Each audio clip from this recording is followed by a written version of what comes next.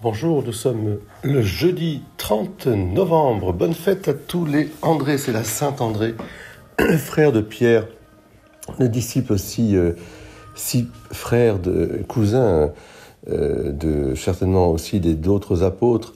C'est le premier qui a amené Pierre à voir Jésus et les autres. Une fidélité indéfectible à son rabbi Jésus, celui qui lui a fait devenir pêcheur d'hommes. André, Andros, l'homme, je dirais, dans sa stature à la fois noble, forte, et aussi l'homme dans sa faiblesse et sa fragilité, qui rencontre son Seigneur et son Sauveur.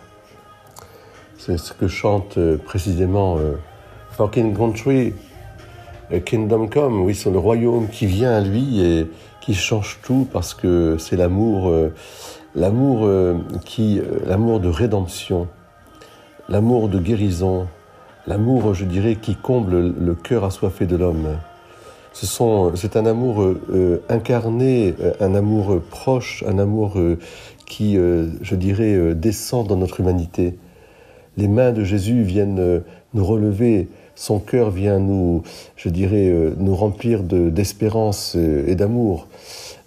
Ces paroles sont des paroles de liberté, des paroles, qui relèvent l'humanité et qui la conduisent à son unité. Ce sont des paroles de rédemption. Voilà. Tu as les paroles de la vie éternelle.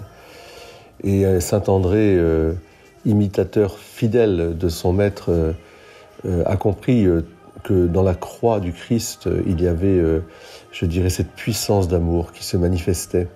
Lui-même sera crucifié, croix en X.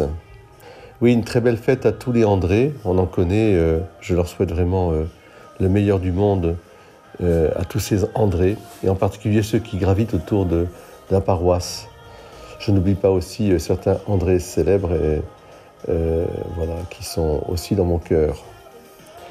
Je voudrais aussi rebondir sur le fait que nous sommes le premier jour de l'Immaculée Conception, de la fête plutôt de la neuvaine à l'Immaculée Conception, et qu'il y a une prière que nous pouvons faire. Alors il y en a plein, vous pourrez en trouver partout. Prière à l'Immaculée Conception qui nous met dans le royaume de Dieu. La Vierge Marie, Notre-Dame, si douce et si tendre. Mais je suis tombé sur une prière magnifique, celle du Padre Pio, à l'Immaculée Conception. Regardez l'humilité de ce grand saint. Ô ma mère, très pure, mon âme très pauvre, qui vit dans un abîme de misère et de péché, s'adresse humblement à ton cœur maternel, afin que toi, dans ta bonté infinie, daignes passer en moi, au moins un petit peu de cette grâce dont le cœur de Dieu te comble abondamment et infiniment. Avec l'aide de ta grâce, je serai à même de servir et d'aimer le Dieu qui s'est emparé de ton cœur en le transformant en son temple dès le premier instant de ta conception immaculée.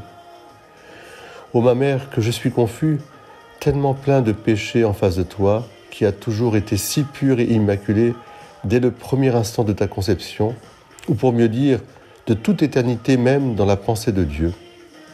Aie pitié de moi, que ton regard maternel me soulève, me purifie, m'élève vers Dieu, tout en me tirant en dehors de la boue de la terre pour monter jusqu'à celui qui m'a créé, qui par le sacrement du baptême m'a fait devenir un chrétien accompli, en m'accordant l'ornement de l'innocence pure que le péché originel avait taché.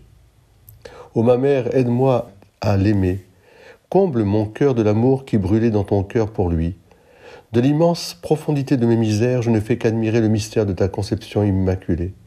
Et du fond de mon cœur, je demande ardemment que par ce mystère tu fasses pour mon cœur, tu fasses pur mon cœur pour aimer ton Dieu qui est le mien, et que tu fasses pur mon esprit afin qu'il s'élève jusqu'à lui et le contemple, l'adore et le serve en esprit et en vérité, que tu purifies mon corps afin qu'il soit un tabernacle moins indigne de le posséder lorsqu'il daignera venir à moi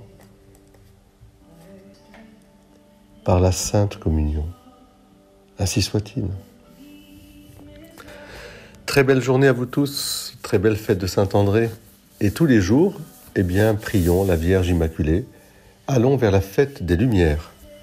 Amen.